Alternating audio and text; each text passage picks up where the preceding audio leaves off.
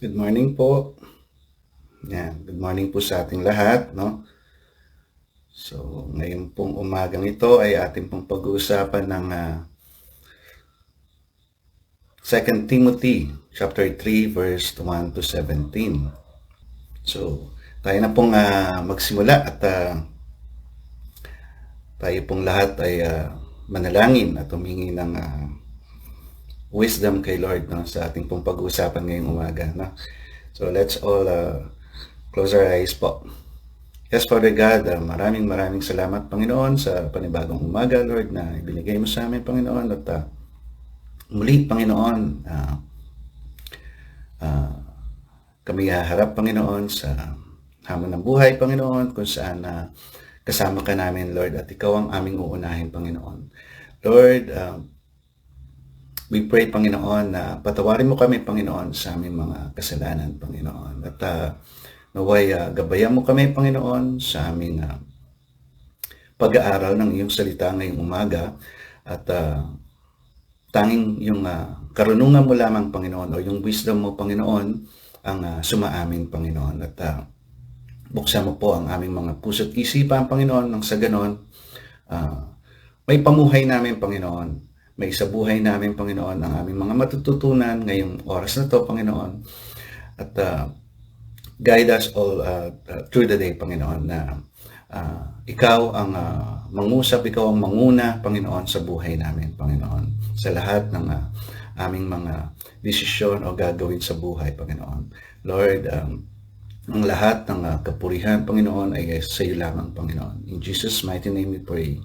Amen. Yon.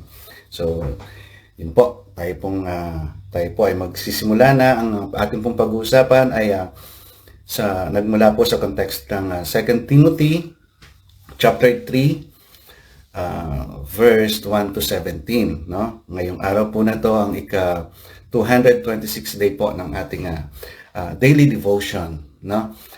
So ang 2 Timothy po, just to give you a background, sinulat po ni Apostle Paul, no, na habang siya po ay nakakulong sa Rome, no? So, sinulat niya po ito as a farewell letter kay Timothy, na kung saan naman po ay si Timothy ay isang young church leader sa city of Ephesus, no? So, siya rin po ang tinaguriang spiritual son ni Apostle Paul, no? So, yun po, kaya pong itong ating pag-uusapan ay isinulat po ni Apostol Pablo, no? Sama-sama po nating basahin, maigsi lang naman po ito, at basahin po natin sa Tagalog version, no? Yung 2 Timothy chapter 3 verse 1 to 17. Okay po? Ang mga huling araw. Tandaan mo ito. Magiging mahirap ang mga huling araw dahil magiging makasarili ang mga tao, sakim sa salapi, mayabang, mapagmataas, mapang-insulto, masuwayin sa magulang, walang utang na loob, at hindi makadiyos. Ayaw nilang makipagkasundo sa kaaway nila. Malupit, walang awa, mapanira sa kapwa, walang pagpipigil sa sarili, at galit sa anumang mabuti. Hindi lang iyan, mga taksil sila, mapusok, mapagmataas, mahilig sa kalayawan sa halip na maibigan sa Diyos. Ipinapakita nilang makadiyos sila, pero hindi naman nakikita ang kapangyarihan nito sa buhay nila. Iwasan mo ang mga taong ganito. May ilan sa kanilang gumagawa ng paraan para makapasok sa mga tahanan at manloko ng mga babaeng mahihina. Mahihina ang loob. mga babaeng mahihina ang loob, nalulong na sa kasalanan at alipin ng sari-saring pagnanasa. Verse 7, nais laging matuto ng mga babaeng ito pero hindi nila mauunawaan ang katotohanan kailanman. Ang pagkontra sa katotohanan ng mga lalaking nangangaral sa kanila ay gaya ng pagkontra ni Janes at Hambres kay Moises. Hindi matino ang pag-iisip nila at ang sinasabi nilang pananampalataya ay walang kabuluhan. Pero hindi rin magpapatuloy ang ginagawa nila dahil mahalata ng lahat ang kahangalan nila, gaya ng nangyari kina Janes at Hambres. Ngunit ikaw, Timoteo, alam mo lahat ang itinuturo mo. Ang aking pamumuhay, layunin, pananampalataya, pagtitiyaga, pag-ibig at pagtitiis. Alam mo rin ang mga dinanas kong pag-uusig at paghihirap. Katulad ng nangyari sa akin sa Antioch, Iconium at Lystra. Ngunit iniligtas ako ng Panginoon sa lahat ng mga iyon. Ang totoo, lahat ng nagnanais mamuhay ng matuwid bilang tagasunod ni Kristo Jesus ay daranas ng pag-uusig. Ang masasama at manlilinlang na may lalo pang sasama at patuloy na manlilinlang, maging sila'y mismo'y malilinlang. Ngunit ikaw, magpatuloy ka sa mga bagay na natututunan mo at pinananaligan dahil alam mo kung kanino mo ito natututunan. Mula pa sa pagkabata, alam mo na ang banal na kasulatan na nakapagbibigay sa iyo ng karunungan tungo sa kaligtasan sa pamamagitan ng pananampalataya kay Hesukristo. Kay Kristo Jesus. Yan. Lahat ng kasulatan ay isinulat sa pamamagitan ng kapangyarihan ng Diyos at mapapakinabangan sa pagtuturo ng katotohanan, pagsasaway, pagtutuwid, at sa pagsasanay sa matuwid na pamumuhay para maging handa sa lahat ng mabubuting gawa ang naglilingkod sa Diyos. Yon, purihin po yung salita po ng ating Panginoon, no? So, yun po ang nilalaman po ng buong verse ng buong chapter 3 ng 2 Timothy, no? So, si Timothy po, as nabanggit ko po kanina, is a spiritual son ni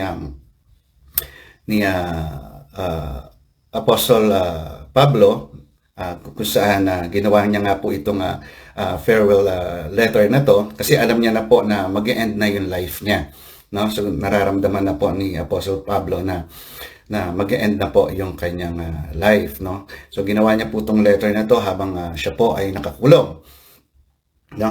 At sa kadahilanan po na gusto niya na may pagpatuloy po ni Timothy yung kanyang mission of faith, no? At may isalin po sa atin hanggang sa kapanahunan po ngayon, no? So ang title po ng ating devotion for today is Stay Real in a Fake World, no? So ang ating pong theme ay manatiling matatag kay Kristo sa mundong puno ng distraction, pressure at compromise. So sa ating pong key verse from verse 14 po ng 2 Timothy chapter 3. Ngunit manatili ka sa mga bagay na iyong natututuhan at pinaniniwalaan. So sa generation po ngayon, sa tawag dito, sa kasalukuyan po na buhay po natin, no, halos lahat po ay easy access na, no. So andyan po lahat ng instant, di ba? May instant noodles, instant coffee. So madali na po ang buhay natin ngayon, no? Lalo na po halos lahat po ay nasa internet na, no. So isang scroll mo lang, makikita na natin po yung mga uso, no? Yung mga trends na tinatawag, yung mga trending po, no? Yung mga opinions, influencers, relationships, no? Success stories. At kung minsan po yung mga kasinungalingan o yung mga scammer, no? So andyan po yung mga fake news, di ba? Tapos andyan yung mga manloloko online, di ba? So, yun po yung panahong ating ginagalawan ngayon, no? So, dito na po pumapasok ang actually yung problem, no? Tayo pong mga tao kasi ay sobrang dali nating maimpluwensyahan, no? Lalo na po yung mga puso at isipan natin kapag palagi na lang tayong nakatingin sa ginagawa ng iba, no? Hindi natin namamalayan, pag scroll lang natin talagang umuubos na po tayo ng oras, no?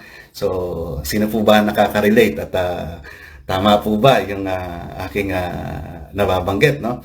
So, dito po sa ating pag-usapan ngayon, binalaan po ni Apostle Pablo si Timoteo tungkol sa mga huling araw na inilarawan po niya ang mga taong magiging makasarili, sakim, mapagmataas, mapagimbento ng kasamaan at higit sa umiibig sa kalayawan, no? Kaysa sa ating mahal na Panginoon, no? So kung lahat po ng nabanggit ko sounds familiar sa inyo,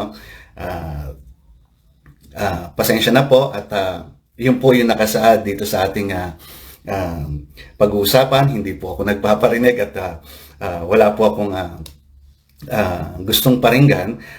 Ito po, binabase ko lang po dito sa ating binasang konteksto ngayon, no? Hindi ibig po sabihin na masama ang mabuhay po sa henerasyon ngayon, no? Ang ibig lamang pong sabihin nito ay pareho po yung challenge ng bawat generations, no? Sa katanungang ito po ay sino nga ba ang magiging pinakamalaking influence sa buhay natin? So, para sa akin po, meron po akong hinandang tatlong kasagutan, no? Para po dun sa aking binitawang katanungan, no? So, kayo po, kung sa tingin nyo, kung ano po ang ipinapahiwatig po sa inyo ng ating kontekstong binasa, pwede rin po kayong gumawa ng sarili nyong katanungan at sagot ninyo po pansarili, kausapin nyo po si Lord, no? So sa ngayon po, ang akin pong babasahin is yung hinanda ko pong tatlong kasagutan doon sa katanungan po natin na sino nga ba ang magiging pinakamalaking influence sa buhay natin, no? So number 1 po, huwag gayaan ang social media ang maging standard ng buhay mo. So hindi po lahat ng trending ay tama. Uulitin ko po, no? Hindi po lahat ng trending ay tama, no? Hindi lahat ng viral ay biblical. Hindi lahat ng maraming followers ay may magandang character, no? So kalimitan po kasi, doon tayo minsan nagpo-focus no? Uy, trending to. Magaya nga, di ba? Uy, viral to. So, isipin po muna natin mabuti kung ito ba'y biblical, di ba? Pangatlo po, di ba? Kalimitan, chinecheck natin kung gaano karami na ba ang followers ng mga fina-follow natin na mga celebrities or mga vloggers, di ba? So, yun po yung mga nagiging basihan po natin, no? Minsan po, actually, kinukumpara natin ang mga ordinaryong buhay natin sa highlight ng reels ng ibang tao, no? So, eto po, God never called you to be a copy of someone else. He called you to follow Christ. No? So, malinaw po, no? Ulitin ko po, God never called you to be a copy of someone else. He called you to follow Christ. Tanungin po natin ang ating mga sarili, no? Sino ang mas malakas ang influence sa akin? No? Sino nga ba ang mas malakas na influencer para sa akin, no? Ang mundo o ang Word of God? So, yun po, yung number 1 natin, ha? So, sa ating number 2 po, protect your heart from compromise. So, sinabi po sa verse 5 na may mga taong may anyo ng pagiging makadiyos, ngunit itinatanggi naman ang kapangyarihan, itinatanggi naman po yung kapangyarihan nito, no? So, marami po niyan sa ating buhay, sa pagiging buhay Kristiyano, no? So, hindi ko po nilalahat, pero marami po. Even ako po, talagang medyo rin po ako dyan sa verse 5 na yan, no? Medyo tinamaan din po talaga ako, no? So, pwede tayong mag-post ng Bible verse, pero iba ang lifestyle. Di ba po? Post tayo ng post ng Bible verse, pero hindi naman nakikita sa atin, di ba? Hindi naman nakikita sa everyday life natin, di ba po? Pwede tayong umawit ng worship songs, pero may secret compromise. Ouch! So, yun po, no? Medyo mabigat po yung ating pinag-uusapan ngayon. Medyo tagos sa puso po talaga, no? Kung talagang iintindihin natin ito, no? Pwede tayong nasa church every Sunday, pero malayo po ang puso natin sa ating Panginoon. So, ito po yung tinatawag na Christian ka lang every Sunday, no? So, paglabas mo ng church, back to normal tayo. Di ba? Tandaan po natin, mga kapatid, ang tunay na Christianity ay hindi lang appearance, no? Ito ay transformation. Hindi hinahanap ng Diyos ang perfect po, no? Hinahanap niya po yung mga pusong willing magpasakop po sa Kanya. Na? So, medyo mabigat na po, no? So, sa ating pang number 3, gawing foundation ng salita ng Diyos. Ito po, no? Napakaganda po nung sinabi niya po dun sa verse 16 to 17, kung ating pong babalikan, no? So, ang lahat po ng kasulatan ay kinasihan ng Diyos at mapapakinabangan. So, sa isang mundo po na maraming opinion, kailangan po natin ng katotohanan o yung truth na sinasabi po, no? Kapag sinabi po ng mundo na follow your heart, tanungin po natin, no? Ano nga ba ang sinasabi ng Diyos? Di ba? Madalas po sa mga generation ngayon, sa mga comments, sa mga nababasa natin mga post, madalas pong nagagamit yan, yung salitang follow your heart. Pero wala po sa Bible yan eh. Hindi po sinabi sa Bible na i-follow mo yung heart mo. No? Ang nakasaad po sa Bible is follow po natin si Jesus. Maging Christ-like tayo. Di ba po? So kapag sinabi po ng mundo, do whatever makes you happy, tanungin din po natin ng ating sarili ulit. Di ba? Nakakalugod po ba ito sa ating Panginoon? Di ba? Gagawin mo to dahil masaya ka eh. Masaya ka. Ang tanong, yung ama ba natin sa taas na nakatingin sa atin at nakasubaybay, masaya kaya siya kapag ginagawa mo yung mga bagay na gano'n? Di ba? So, madalas po, may mga kasalanan tayong talagang nagagawa ng palihim na madalas tinatago po natin, di ba? At paulit-ulit po nating hinihingi ng kapatawaran sa ating Panginoon. Di ba? So kapag sinabi po ba ng mundo, everyone is doing it,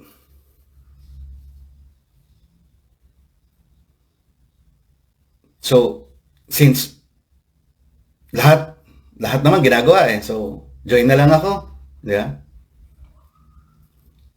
Ganun po ba tayo? Di ba? Tandaan po natin mga kapatid, hindi po majority ang standard ng truth. Ang salita ng Diyos, yun po yung standard. No? So, our challenge for today po, after this devotion, kasi hawak na po natin ang ating mga cellphone eh, di ba? Minsan, andyan na po yung tukso or yung temptation po na after this devotion, for sure, yung karamihan mag-scroll na, di ba? Mag-scroll na po ng Facebook or TikToks, di ba? So, bago po tayo mag-scroll ng anumang social media platform or mapa-TikTok man yan, Instagram, Facebook, o YouTube, di ba? Bakit hindi po muna tayo maglaan ng panahon na kahit 10 minuto po, no? Kahit 10 minuto with God before an hour of online, di ba? So parang, kasi kalimitan talagang ano po eh, minsan nahuhook tayo eh, hindi natin namamalayan. Saglit lang ito, may titignan lang ako. Pero yung pag-upo mo, minsan, maano ka na lang eh, nangalay ka na pala sa pagtagilid mo, di ba? Sa pagyuko mo, di ba? Hindi na natin namamalayan. Tumatakbo ang oras po. Ganon po tayo kinukuha ng kalaban. No? So, hindi po natin namamalayan. Nalilibang po tayo, hindi natin namamalayan. No? So, dito nga po sa sinasabi ko, kahit 10 minuto lang po. Di ba? Unahin po natin si God. No? Bago po natin unahin ang iba. So, bago po natin unahin ang pag-scroll. Di ba po? So, sa bawat gagawin po natin o decision ngayong araw na ito ay maaari po nating tanungin si Lord na, Jesus, kung ikaw ang nasa place ko, ano ang pipiliin mo? Di ba? Ano ang pipiliin mo o ano ang gagawin mo? So, every time po na gagawa tayo ng any decisions or hindi tayo sigurado, always ask Jesus po muna. Di ba? Lagi pong tinuturo sa atin yan. Di ba?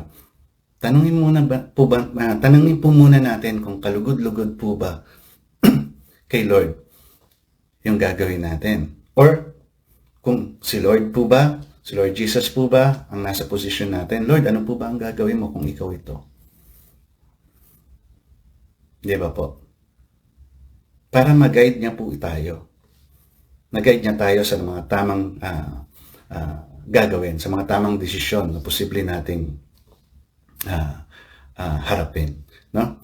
Hindi kailangan po maging perfect agad. Ito pang papakatandaan natin, no? No, hindi po kailangan maging perfect agad, no? Ang mahalaga ay manatili po tayong lumalago kay Kristo.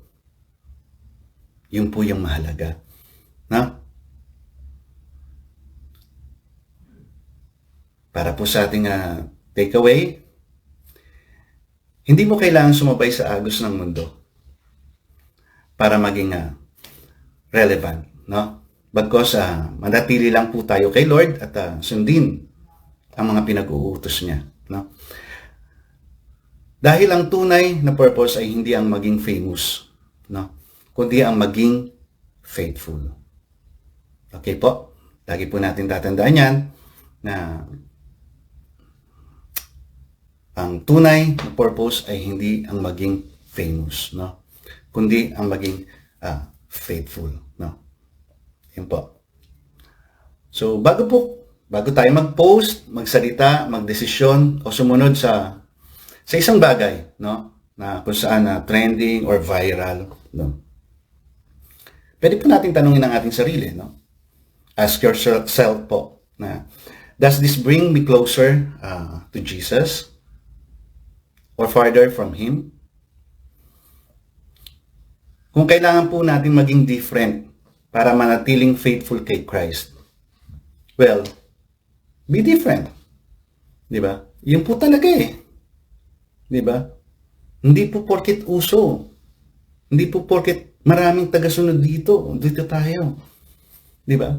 Kung kinakailangan po tayong maging bukod tangi sa pagsunod natin kay Christ, gawin po natin. Di ba? Kasi hindi po ganun kadaling sumunod sa mga utos ng ating Panginoon. Alam ko pong mahirap, no? Alam ko pong mahirap, kasi isa po ako sa nakaka-experience na talagang hirap eh. No? Talagang mahirap maging tagasunod, maging follower ni Christ. No? So, yun po yung mga challenges na haharapin po natin bilang anak ng ating Panginoon, bilang isang Kristiyano. No? Tandaan po natin, following Jesus was never about fitting in. It is about standing firm. Okay po. Amen po ba? Maaari po ba akong makakita ng amen? Di ba? Ulitin ko po, no? Because following Jesus was never about fitting in. It is about standing firm. Okay po? So, kaya mga kapatid, bago po tayo magtapos, so, lagi po natin tatandaan, stay real. Ha? Hindi po yung reels na R-E-E-L, yung sa Facebook, hindi po ganun, Stay real po. R-E-A-L. Na? So, stay real and stay rooted. Okay? God bless everyone at naway marami po tayong natutunan ngayong araw na to and free po tayong lahat na basahin yung verse po na yon. As in talagang habang inaaral ko po kagabi, talagang tagos po sa tagos sa buto, sabi nga po nila na tagos sa buto yung mga binitawang sulat po na ni Apostle Pablo kay Timothy, no? So as we end po tong ating devotion for today, samahan niyo po akong mag-pray at hinikayat ko rin po ang lahat na tulong-tulong po tayong ipagdasal po yung mother po ni Jules na ngayon po ay kasulukuyang lumalaban po sa kanyang buhay at alam po natin hindi natin kontrolado yan. May mga bagay po dito sa mundong ito na hindi natin kontrolado, which is yung buhay po natin o yung ating pong kamatayan, no? So yun po, let us all pray po na i-heal po ng ating mahal na Panginoon, dahil siya lang naman po ang dakilang manggagamot, pag-pray po natin na yung kagalingan po ng kagalingan po ng mother ni Jules, no? Let us all pray po. Yes, Father God, napaka-bless namin ngayong araw na to, Panginoon, at muli, Panginoon, binuksan mo, Panginoon, ang aming mga puso, Panginoon. Maraming salamat, Lord. Binuksan mo ang aming mga isipan, Panginoon, upang marinig, Panginoon, itong mga salitang ito, Panginoon. Lord, sabi nga nila, Panginoon, ang katotohanan, masakit malaman ang katotohanan, Panginoon. Lord, maraming salamat, Panginoon, at muli mo kaming pinapaalalahanan, Panginoon. Lord, tunay na napakahirap, Panginoon, ang pagsunod sa iyo, Panginoon. Pero, andyan ang mga salita mo, Panginoon, na magiging gabay namin, Panginoon, upang madali naming mapagtagumpayan, Panginoon, yung buhay dito sa mundo, Panginoon. Lord, patawarin mo kami, Panginoon, sa aming mga paulit-ulit na kasalanan, Panginoon. Lord, naway manirahan ka po sa aming mga puso, Panginoon. Tulungan mo kami, Panginoon, na mapaglabanan itong mundo na to, Panginoon, na kung saan, sabi mo, Panginoon, na pagtagumpayan mo na itong mundo to, Lord. Lord, ilayo mo po kami, Panginoon, sa anumang tukso o mga kapahamakan, Panginoon, na lumalapit sa amin, Panginoon. Tulungan mo kami, Panginoon, na mamuhay, Panginoon, na gaya mo, Panginoon. Lord, bago po matapos ang prayer na to, Lord, we pray po, Panginoon, sa mother ni Jules, Panginoon, kung saan, Panginoon, kayo lamang po, Lord, ang may akda ng buhay, Panginoon. At kayo lamang po, Lord, ang nakakaalam, Panginoon, kung kailan ito magwawakas, Panginoon. Lord, sa ngayon, Panginoon, pinagpipray namin, Panginoon, yung mother ni Jules, Panginoon, even si Jules, Panginoon, na bigyan mo sila ng kalakasan, Panginoon. Bigyan mo sa kalakasan si Jules, Lord, na harapin yung mga sitwasyong ito, Panginoon. At we pray also, Lord, na ipuin mo, Panginoon, ng iyong mapagpalang kamay, Panginoon, ang kanyang ina, Panginoon, upang ibigay, Panginoon, yung kagalingan na aming pong pinagdadasal sa iyo, Panginoon. Lord, ikaw lamang po ang alam naming dakilang manggagamot, Panginoon. Na isang haplos mo lang, Panginoon, isang salita mo lang, Panginoon, gagaling ang may karamdaman, Lord. Lord, we pray, Panginoon, na pagalingin mo pong lubos, Panginoon, ang kanyang ina, Panginoon. At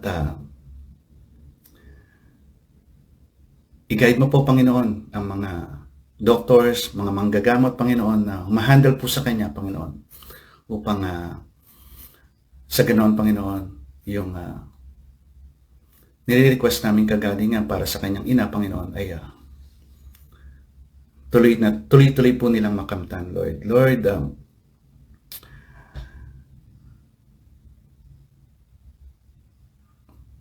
patawarin mo, Lord, ang bawat isa sa amin, Panginoon, kung madalas, Panginoon, na hindi ka namin nauuna, Panginoon. Madalas, Lord, na kakaligtaan ka namin, Panginoon. Pero salamat sa paalala mo ngayon, Panginoon, na bago ang lahat, Lord, ikaw muna, Panginoon, ang aming uunahin, Panginoon. Lord, maraming salamat sa mga katuruan mo, Panginoon, sa salita mo, Panginoon. Maraming salamat, Panginoon. Ang lahat ng kapurihan, Panginoon, ay sa iyo lamang. In Jesus' mighty name we pray. Amen. So, yun po, at good morning po sa lahat, no? So, Good morning po. Pasensya na po, hindi ko makita at ako'y nandito sa Cavinti ngayon eh. So, medyo mahina po ang aking signal. So, maraming salamat po sa pag-join nyo sa ating daily devotion and naway patuloy po nating suportahan po itong gawain ito para sa ating Panginoon. Maraming salamat po at God bless everyone. Thank you.